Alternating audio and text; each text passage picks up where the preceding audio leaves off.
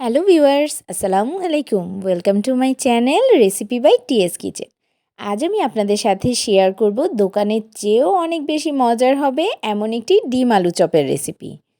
ডিম আলুর চপটা আমরা সবাই কম বেশি তৈরি করে থাকি। ইফতারে অথবা বিকালের নাস্তায় বাচ্চাদের টিফিনে অনায়াসেই তা সার্ভ করা যাবে।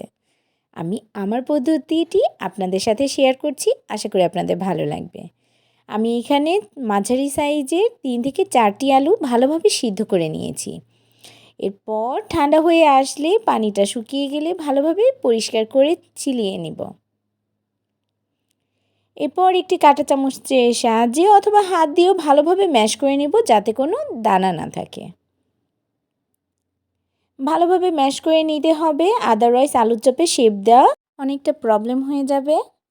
এরপর ভালোভাবে ম্যাশ করা হয়ে গেলে আমরা আলুর চপটিকে যে কোট করব তার জন্য একটি ডিম এবং ব্রেড ক্রাম্ব নিয়ে নিয়েছি। ডিমটিকে ভালোভাবে ফেটে নিব।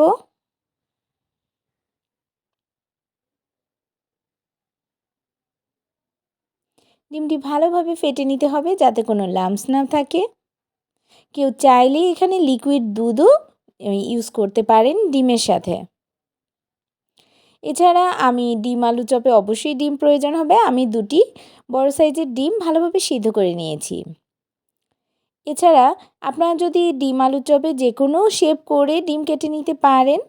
কেউ চাইলে একটি ডিম অর্ধেক করেও দিতে পারেন, কেউ এভাবে করে লম্বা করে 4 পিস করতে পারেন, বা কেউ রাউন্ড শেপ করেও কেটে নিতে পারেন। এটা যার যার পছন্দ মতন কেটে নেবেন।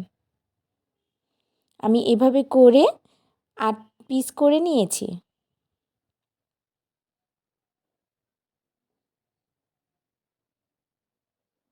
এরপর আমরা আলু চপের যে পুরটি তৈরি করব তা তৈরি করে দেখাচ্ছি। দিয়ে দেব স্বাদমতো লবণ এবং দিয়ে দিব বেরেস্তা। এখানে আমি পেঁয়াজগুলোকে ভালোভাবে মুচমুচে করে ভেজে নিয়েছি। যেহেতু আমি সংরক্ষণ করব, এজন্য আমি পেঁয়াজ বেরেস্তা ব্যবহার করেছি। কেউ চাইলে কাঁচা পেঁয়াজও ব্যবহার করতে পারেন। সেক্ষেত্রে অনেক দিন সংরক্ষণ করাটা পসিবল হওয়া যাবে না। এজন্য পেঁয়াজ বেরেস্তা ব্যবহার করলে ঘ্রাণটা যেমন খুব সুন্দর আসে, তেমনি অনেক দিন পর্যন্ত সংরক্ষণ করা যায়। এছাড়া আমি এখানে কাঁচামরিচ ব্যবহার করেছি 3টির মতো। কেউ স্পাইসি বেশি খেতে চাইলে কাঁচামরিচের পরিমাণ বাড়িয়ে দিতে পারেন। এরপর আমি এখানে দিয়ে দিব গরম মশলা গুঁড়ো। এতে আলুর চপে একটা আলাদাই ফ্লেভার চলে আসে।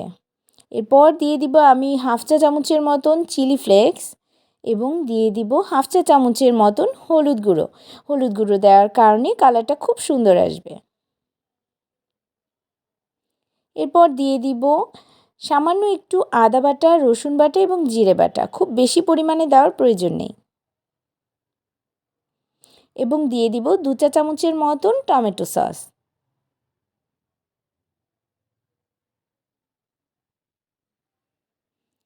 এরপর ভালোভাবে আমরা আলুর চপের পুরটি ভালোভাবে হাতের সাহায্যে মাখিয়ে নিব।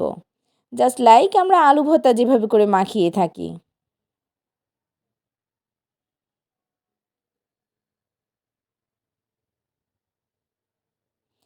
সবগুলো উপকরণ একসাথে ভালোভাবে মিশিয়ে নিতে হবে।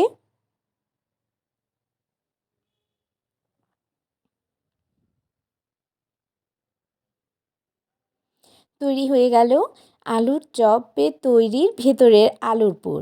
এবং সবশেষে আমরা আরেকটি জিনিস ব্যবহার করব।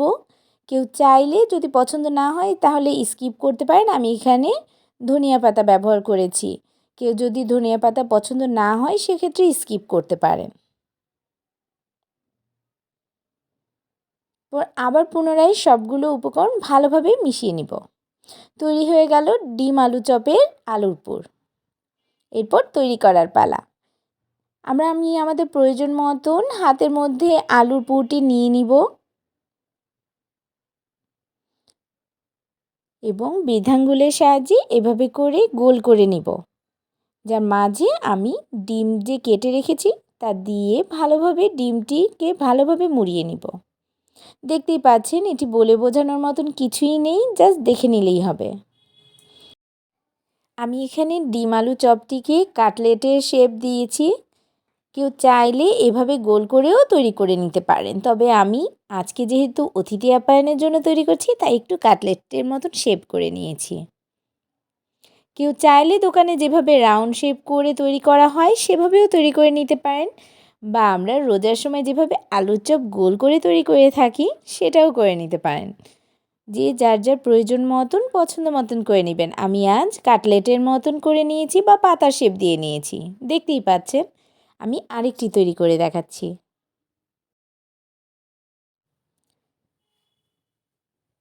দেখলেন তো কত সহজে তৈরি করে নেওয়া যাচ্ছে এই ডিম আলুর চপ, যা হবে দোকানের চেয়েও অনেক বেশি মজার। আশা করি আপনাদের বুঝতে সুবিধা হয়েছে।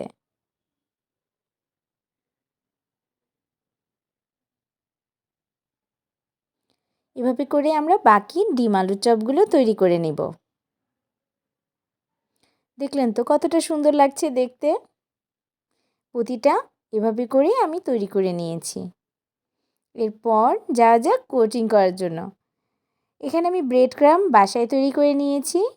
এখানে আমি পাউরুটি ভালোভাবে ব্লেন্ড করে ব্রেড ক্রাম্ব তৈরি করে সামান্য একটু ফুড কালার অ্যাড করেছি এবং ভালোভাবে ভেজে নিয়েছি ক্রিস্পি করে। এই এই ব্রেড ক্রাম্বগুলো আপনারা চাইলে অনেক দিন পর্যন্ত সংরক্ষণ করতে পারবেন, তাই বাজার থেকে আর অতিরিক্ত দাম দিয়ে ব্রেড ক্রাম্ব কেনার কোনো প্রয়োজনই নেই। এরপর ডিমে চুবিয়ে এবং ভালোভাবে ব্রেড ক্রাম্ব দিয়ে কোট করে নেব। চেষ্টা করবেন ব্রেড ক্রাম্ব দিয়ে কোট করতে শুকনো হাত ব্যবহার করতে, কারণ ডিমে চুবিয়ে পরবর্তীতে ব্রেড ক্রাম্বে যদি আমরা ভেজা হাত ব্যবহার করি এতে ব্রেড ক্রাম্বগুলো নষ্ট হয়। তাই জন্য চেষ্টা করবেন শুকনো হাতে ব্রেড ক্রাম্ব ইউজ করতে। দেখতে পেলেন তো কত সহজেই তো কোট করে নেওয়া গেল। আমি আরেকটি কোট করে দেখাচ্ছি। ভালোভাবে ডিমে চুবিয়ে দেন ব্রেড ক্রাম্ব দিয়ে ভালোভাবে কোট করে নেব।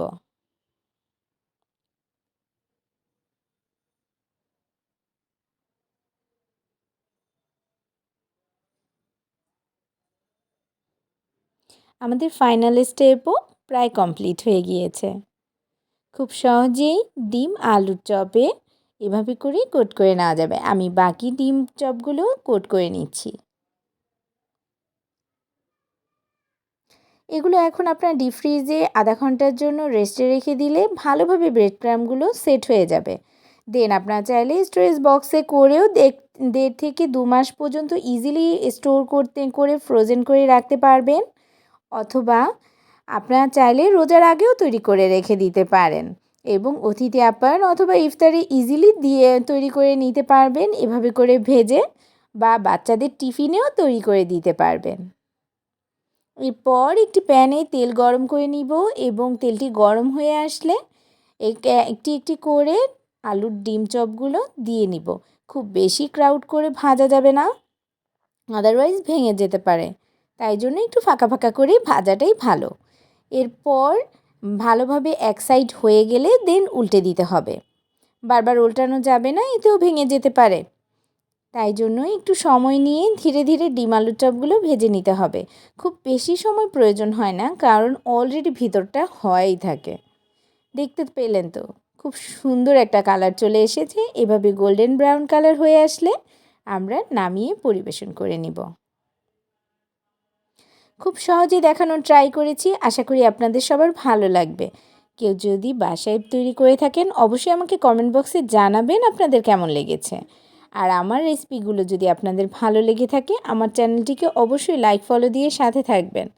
আর রেসিপিগুলো যদি কোনোটাও আপনাদের ভালো লেগে থাকে অবশ্যই আপনাদের ওয়ালে শেয়ার করে রাখবেন। আর ইউটিউব থেকে যদি আমার রেসিপিগুলো দেখে থাকেন অবশ্যই আমার চ্যানেলটিকে সাবস্ক্রাইব করবেন, আর পরবর্তীতে এমন ইজি রেসিপি পাওয়ার নোটিফিকেশন পাওয়ার জন্য অবশ্যই আমার চ্যানেলের পাশে থাকা বেল বাটনে ক্লিক করে রাখবেন। দেখলেন তো কতটা ক্রিস্পি হয়েছে এবং মচমচে হয়েছে। উপরটা যতটা না ক্রিস্পি হয়েছে ভিতরটা অনেকটাই সফট হয়েছে। মাশাআল্লাহ, দেখতে যতটা না মজা হয়েছে খেতে তার থেকেও অনেক বেশি মজার হয়েছে। রেস্টুরেন্ট বা হোটেলের স্বাদকেও হার মানাবে এই রেসিপি। ধন্যবাদ, সবাই ভালো থাকবেন।